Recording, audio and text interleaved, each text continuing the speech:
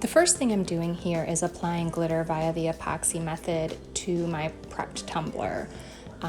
If you've not done the epoxy method before, it's very easy. You apply a very small amount of epoxy to your tumbler. In this instance, it's probably just 2 mLs or 3. And once it's on and smoothed out, you will torch it to pop any bubbles and then just apply your glitter on top.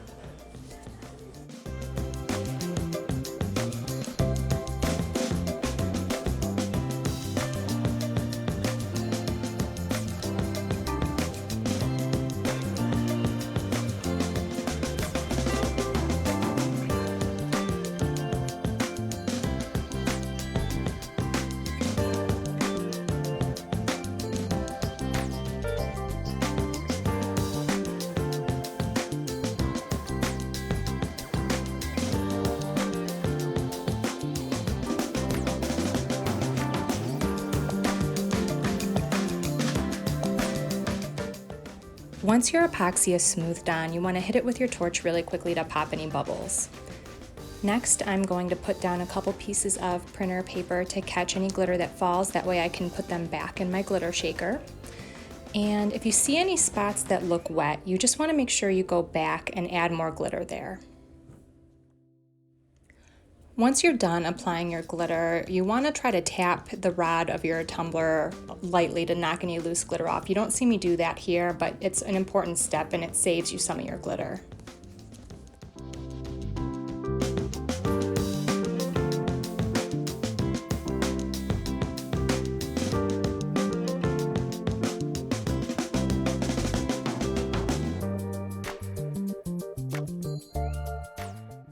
The next thing I'm doing is applying a layer of quick coat to seal my glitter. This is optional, but I prefer to do it because I feel like I get better coverage over my glitter with my epoxy.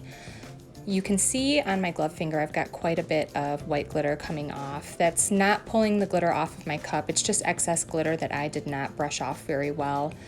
Before you apply quick coat, you could also apply clear spray paint to seal your glitter in place, and this wouldn't happen, but it's not necessary on a single glitter cup.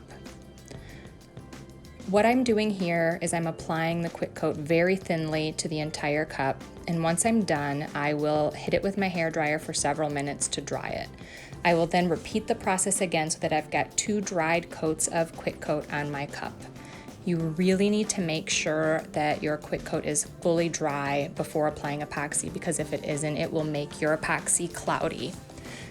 It's not as much of an issue on fine glitters, they dry very quickly, but with chunky glitters, you might think that your quick coat is dry and it's not. So you've really got to be thorough with drying it.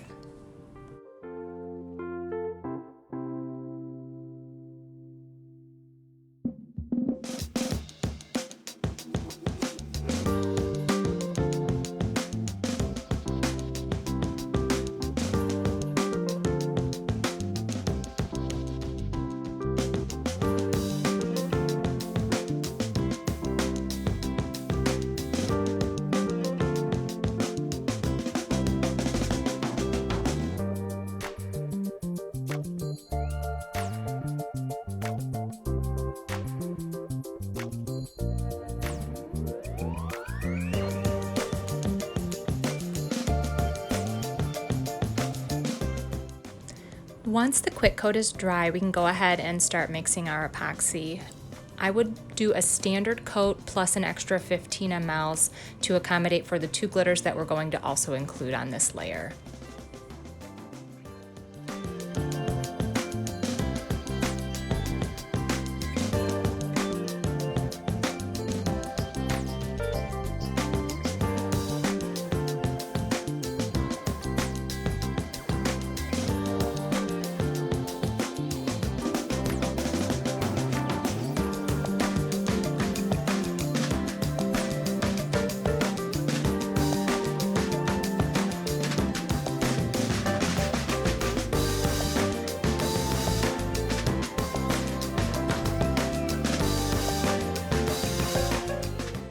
Once you're done mixing your epoxy, you're going to want to put 7 or 8 mLs in each of the 2 medicine cups for the 2 different glitters.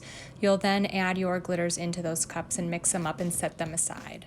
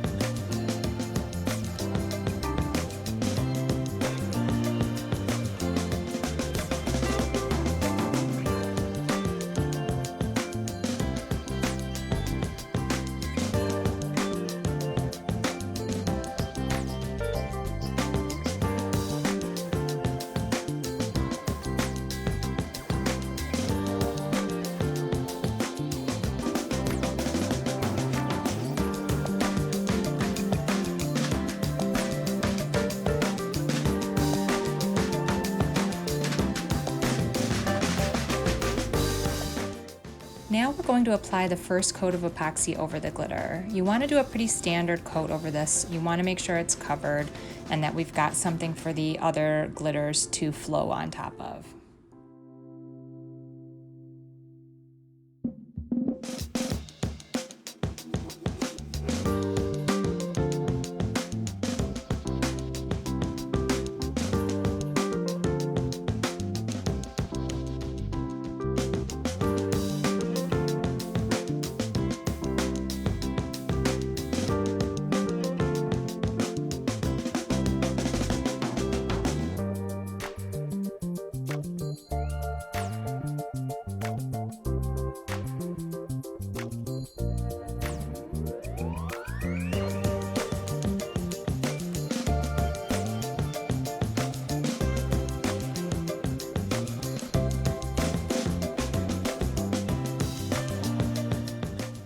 Once the epoxy is applied, I like to let it spin for about 5 minutes before I torch. That gives it a chance to level out and have any bubbles rise to the top.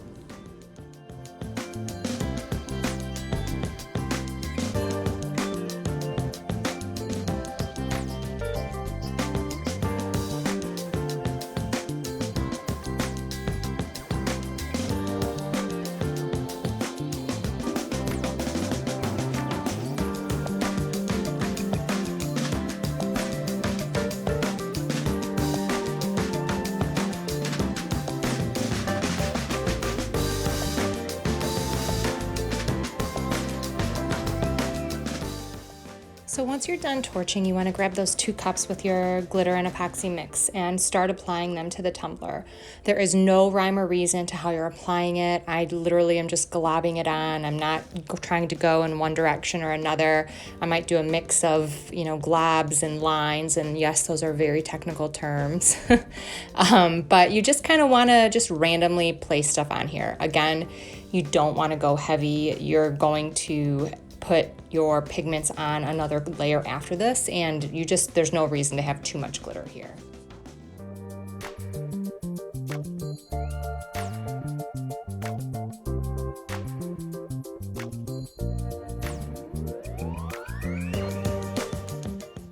Once I've applied the glitters, I'm then going to start lifting and tilting the turner to try to get movement in various directions. This is what sets this Milky Way apart from different ones where you're typically trying to just get like a diagonal motion. We're trying to get, just all different kinds of movement on this cup by doing this. Sometimes you might want to heat it with a torch, sometimes you don't. This is going to get covered with pigment, so you don't have to have too much movement here.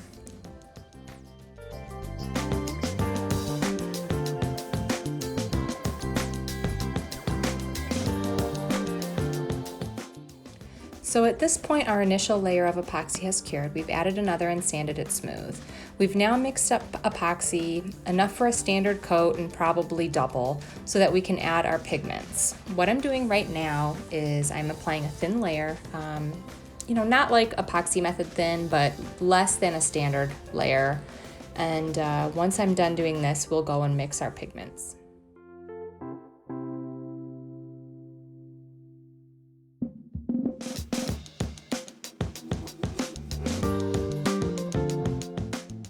So I've got my pigments lined up in order that I plan to apply them, darkest to lightest, and I'm putting probably 7 or 8 mLs in each cup. I might put a little bit more in a color that I plan to use the most. In this case, I probably use a little bit more pink and a little bit more white than the other colors. This is Armor Art, and I like to use the neons for this because they tend to be a little translucent over the glitter, and they show a lot of it through there since we've got 2 layers of glitter underneath of it. In the 7 to 8 mLs, I probably put about 2 drops of each color in and mix it up.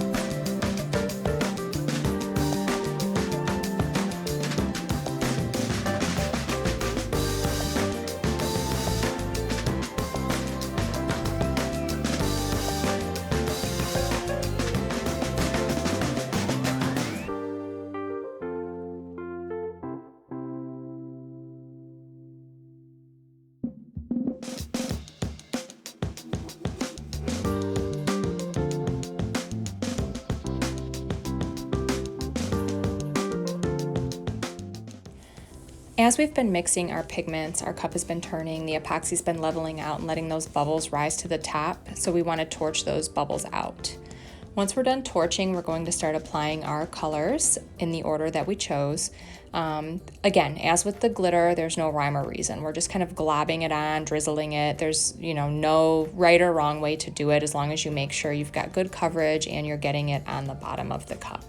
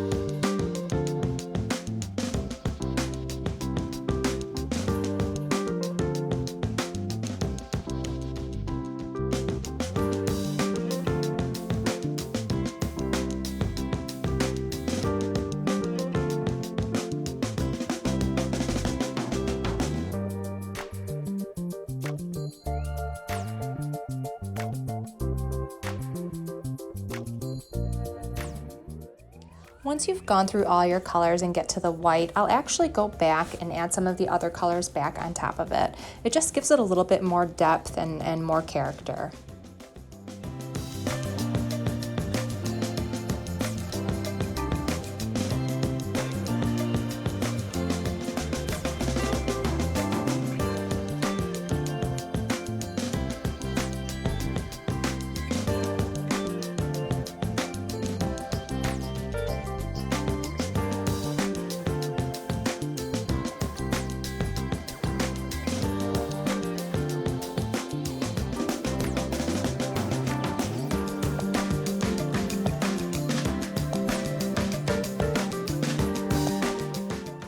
What sets this Milky Way apart from others is that unlike a normal Milky Way where you try to do minimal heat, we actually want to apply heat here. So the first thing I do is grab my big torch and I torch the entire cup to get everything warm, and then I'll start to tilt it this way and that. You won't see major movement here, but you will see a little bit.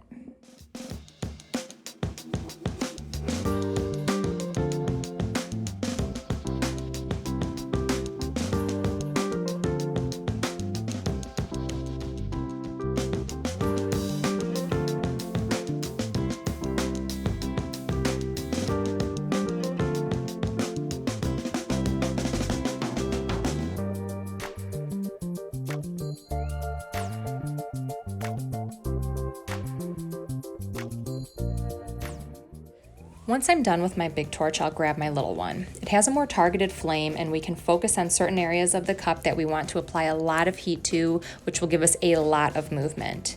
I am really applying heat here. As I'm doing it, I can see the pigments and the epoxy moving and flowing.